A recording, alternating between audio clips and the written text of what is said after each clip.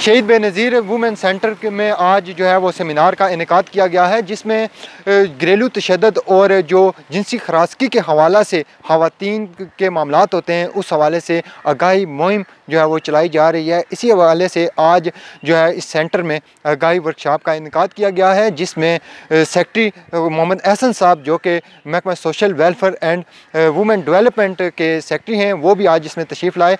और इसका मकसद ये है सेमिनार का कि ख़वातीन को आगाही फ्राहम की जाए कि घरेलू तशद्दुद जैसे जो वाक़यात हैं या दौरान मुलाज़मत जो बेशुमार वाक़यात रुनमा हो रहे हैं, जिसमें जो है वो ख़वातीन को जिनसी खरासगी का सामना करना पड़ रहा है और माशरे में इस वक्त जो है वो बढ़ते हुए जो इस तरह के मसाइल हैं उनसे कैसे निपटा जा सकता है और ऐसे इक़दाम की रोकथाम के लिए हमारे अदारे क्या इक़दाम कर रहे हैं।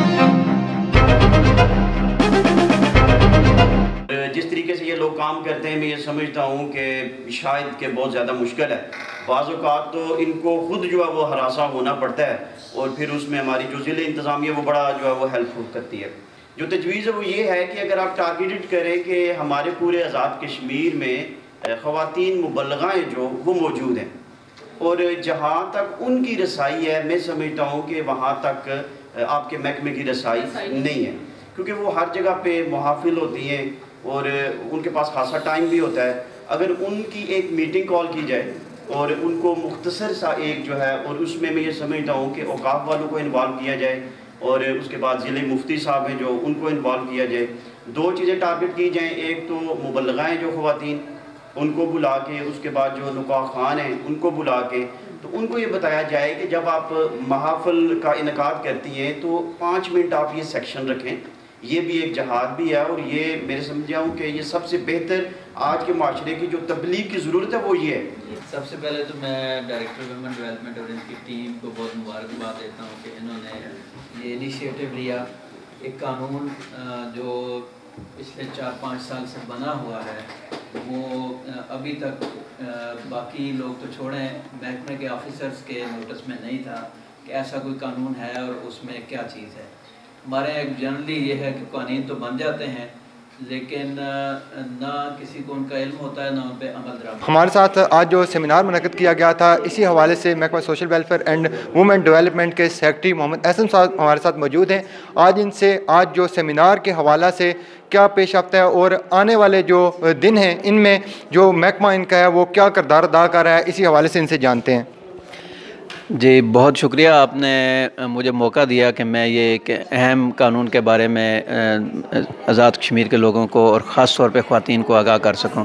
आज़ाद कश्मीर में 2014 में 2 कानून मंजूर हुए थे। एक है डोमेस्टिक वायलेंस एक्ट और दूसरा harassment at work place act.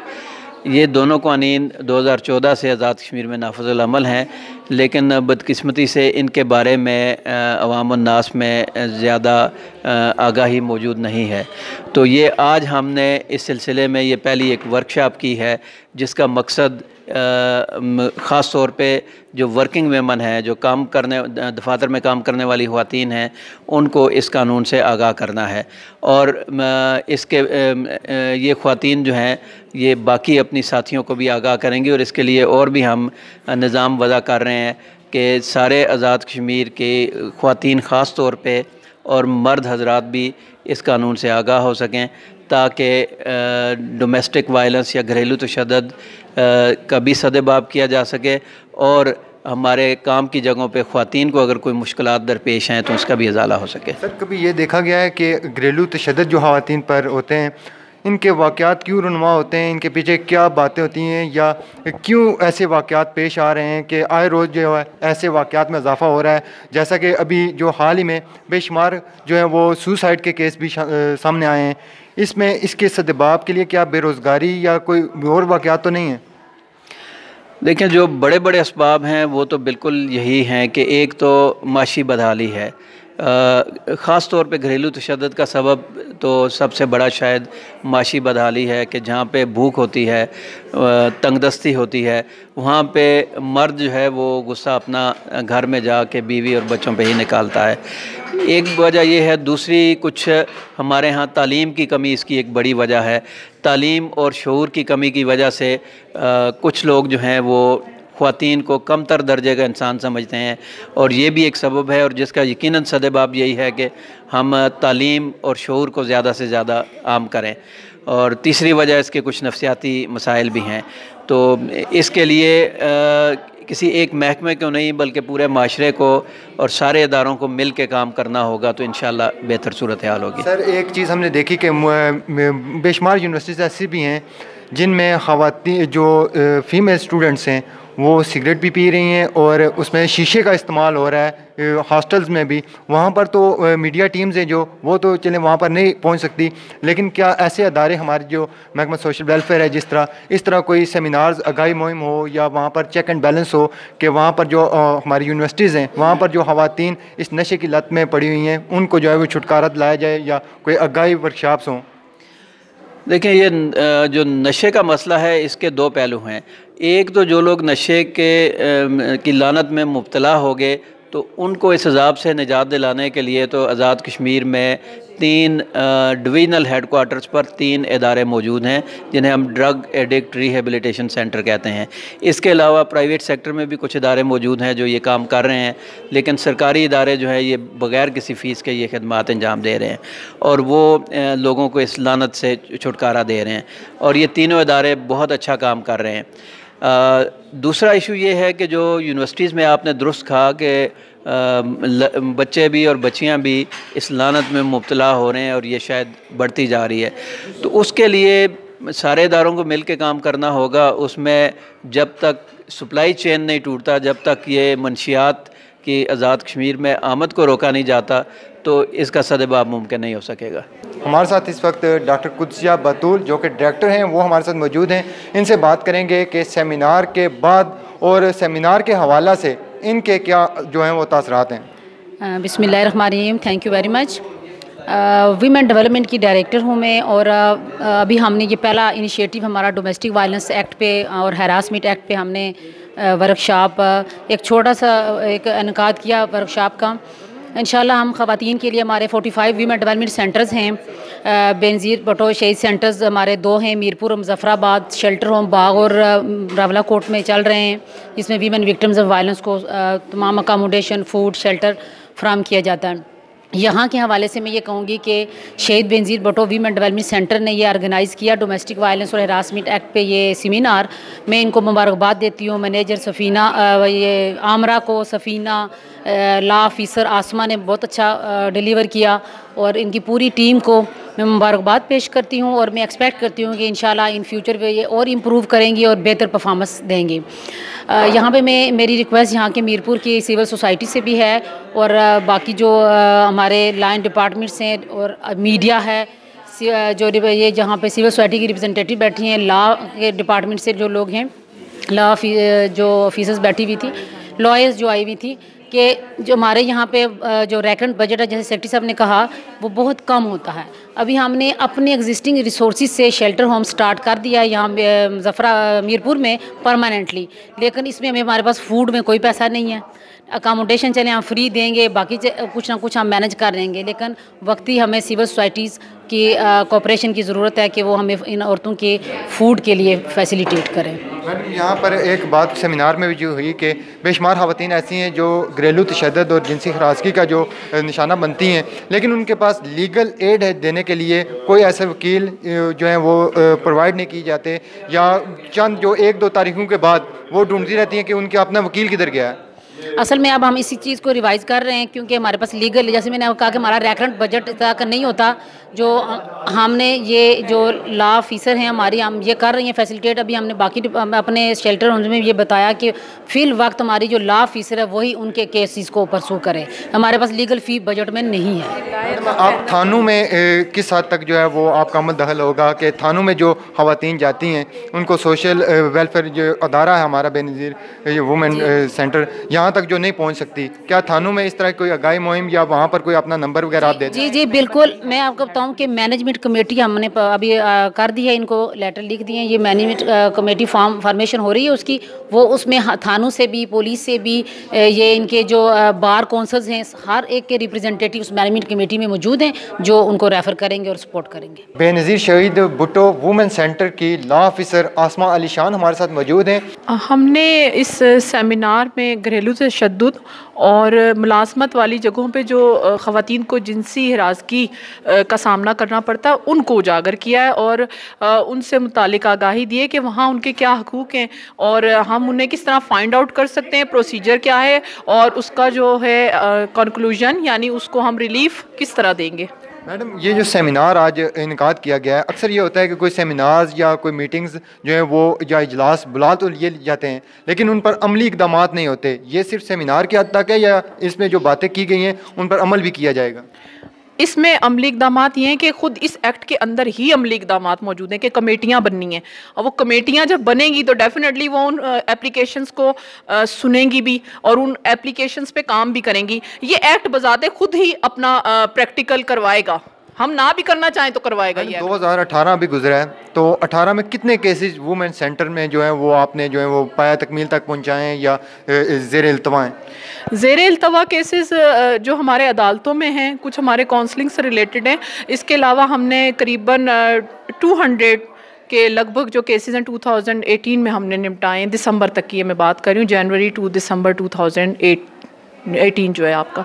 ज़्यादा केसेस कौन से आपके पास आ रहे हैं, घरेलू तशद्दुद के या जिनसी हरासगी के? अच्छा, इस साल मेरे देखने में आया घरेलू तशद्दुद के मामलात में हमारे पास तलाक़ों के इशू बहुत ज़्यादा हैं। डिवोर्स प्रॉब्लम मेरे पास रेशो उनकी बहुत ज़्यादा है कि लोग डिवोर्स दे देते हैं, ज़बानी तलाक़ दे देते हैं या कोई इतनी मुबहिम किस्म की तलाक़ के खातून को समझ नहीं आता कि मतलब मुझे तलाक़ हो गई है या नहीं हुई है, और अगर हो गई है तो मैंने क्या करना है और अगर नहीं हुई तो मैंने क्या करना है। ये ज़्यादा मेरे पास इस साल ये केसेस ज़्यादा आए हैं। इसकी वजूहात भी हैं कोई? हाँ, अवेयरनेस की कमी, क्योंकि ख़वातीन को पता ही नहीं है, उनको मालूम ही नहीं है। निकाह ख़ान जब निकाह करवा रहे होते हैं तो उस वक्त भी उन्हें नहीं समझाते, उस वक्त भी नहीं उनको बताते, क्योंकि बोलने उनको भी नहीं दिया जाता। हमारे जो कल्चर है उसके हिसाब से निकाह ख़ान का काम है जस्ट कलमे पढ़ा देना, निकाह पढ़वा देना। उन्हें बोलने की इजाज़त नहीं है कि वो ये बताएं उनको कि बेटा अगर आपके साथ कोई इशू हो जाता है तो इस इशू पे ये कॉन्ट्रैक्ट आपका कैंसिल कंसीडर होगा।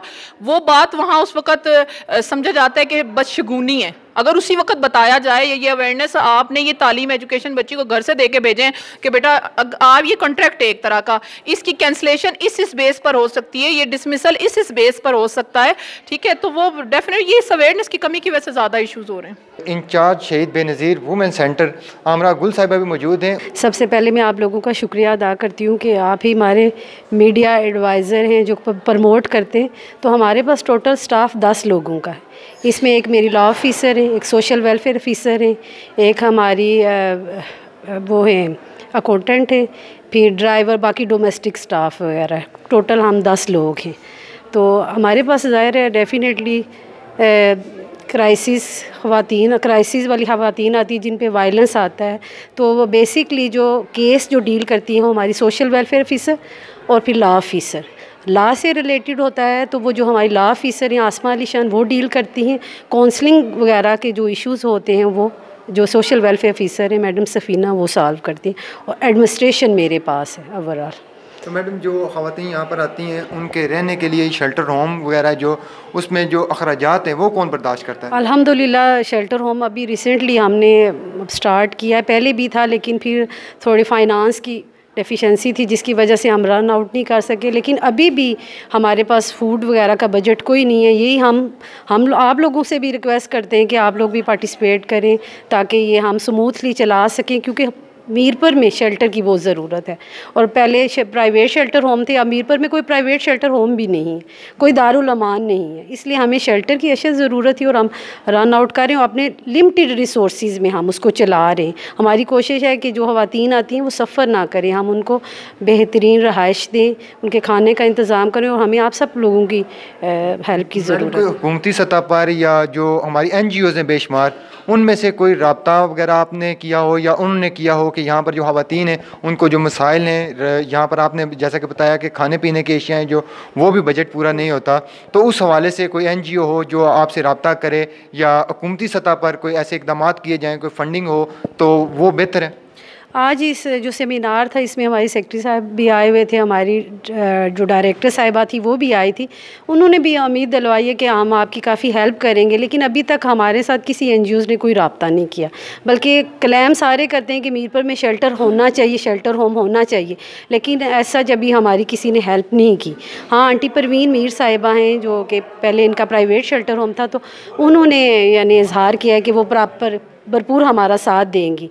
तो उम्मीद है कि इंशाल्लाह जब हम अब रन कर रहे हैं शेल्टर होम तो वो हमारी हेल्प करेंगे।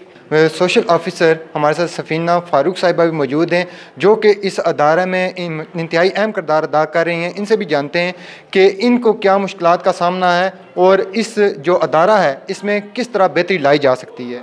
बिस्मिल्लाहिर्रहमानिर्रहीम। मुश्किलात के लिहाज से तो मैं नहीं कहूँगी, जब से हम इदारा चला रहे हैं मेरा काम है काउंसलिंग करना। केसेस हमारे पास आते हैं, उनकी काउंसलिंग करते हैं और रिकन्सिलिएशन होती है। तो मुश्किलात जो हमें पहले भी आपको पता चल चुका है, शेल्टर का सबसे बड़ा मसला था वो हल हो चुका है। हम जब एक केस को डील करते थे तो ख़वातीन वापस जाने के बजाय वो जब आती है ससुराल से वापस नहीं जा सकती अगर वो अपने हस्बैंड के ख़िलाफ़ शिकायत करती है, तो उसके लिए एक प्रॉपर शेल्टर हमें चाहिए था, जो हमारे पास पहले तो मौजूद था एक प्राइवेट शेल्टर, वो बंद होने के बाद हमें इन मसाइल का सामना करना पड़ा। तो वो उससे हमें फिर हम लोग मजबूर हो जाते थे हम केस का क्या करें, इनको कहाँ भेजें। वैसे तो हम रेफ़र करते हैं इस्लामाबाद या कोटली, वो भी एक अलग पॉइंट है, बहुत मुश्किल काम था। लेकिन अब चूँकि शेल्टर हमारे पास अपना मौजूद हो गया और हम खुल के कार्रवाई कर सकते हैं कि जो भी कार्रवाई करेंगे वो खातून हमारे पास सेफ़ होगी। मैंने कोई ऐसा केस हो आपके पास जो कि आप पे दबाव भी डाला जा रहा हो? कई केसेस ऐसे भी होते हैं कि जब ख़वातीन पे तशद्दुद हो या कुछ तो उसमें बासर शख्सियात इन्वॉल्व हो जाती हैं तो वो दबाव भी डालती हैं, कोई ऐसा वाक़या हुआ हो? ऐसा हम तो जो भी केसेस डील करते हैं दबाव ज़रूर पड़ता है हमारे ऊपर, लेकिन ये है कि हम लोग कभी दबाव का शिकार नहीं हुए और पूरी कोशिश की है कि केस को उस तरीके से हल किया जाए जो ख़ातून की डिमांड है, जो वो चाहती है हमने उसको सहूलत देनी है, उसको हमने जो भी उसको चाहिए, विक्टिम को जो चाहती है वही करेंगे। तो हम कभी दबाव का शिकार हुए नहीं, कुछ इस तरह से इतना ज़्यादा नहीं। पेरेंट्स की तरफ से मोस्टली होता है और सियासी लोगों का इतना ज़्यादा मुदाखलत हमारे ऑफिस में है भी नहीं और ना हमने कभी उनको इतना बॉदर किया है। बिल्कुल जी नाज़रीन, हमारे माशरे का एक अलमिया ये है कि हुकूमती सतह पर बेशुमार जो NGOs हैं वो फंडिंग भी ले रही होती हैं, लेकिन ऐसे अदारे जो कि हकीकी तौर पर लोगों की मदद कर रहे हैं या ख़वातीन के लिए ऐसे अदारे बनाए जाते हैं, लेकिन वहाँ पर जो है जो मुस्तहिक लोग हैं उन तक वो सहूलत नहीं पहुँचती, वो इमदाद नहीं पहुँचती। जैसा कि शहीद बेनज़ीर वुमेन सेंटर है जो वो मीरपुर में अहम किरदार अदा कर रहा है, लेकिन हुकूमती सतह पर ताहाल जो है ना तो इनकी किसी किस्म की जो है फैसिलिटेट किया जाता है, इनको ना ही तावन किया जाता है, ना ही हमारी NGOs हैं जो कि मुख्तलिफ जो हमारे गैर मुल्की जो NGOs हैं वो भी यहाँ पर जो है बेशुमार वादे भी करती हैं, बेशुमार प्रोजेक्ट्स भी शुरू करती हैं, लेकिन जो हकीकत में काम करने की ज़रूरत है उस तरफ तवज्जो नहीं दी जाती, जिसकी वजह से ये अदारे हमारे जो है वो अपना भरपूर किरदार अदा नहीं कर सकते। कैमरामैन मोहम्मद साद के साथ फैसल गुलजार, अदालत न्यूज़, मीरपुर, आज़ाद कश्मीर।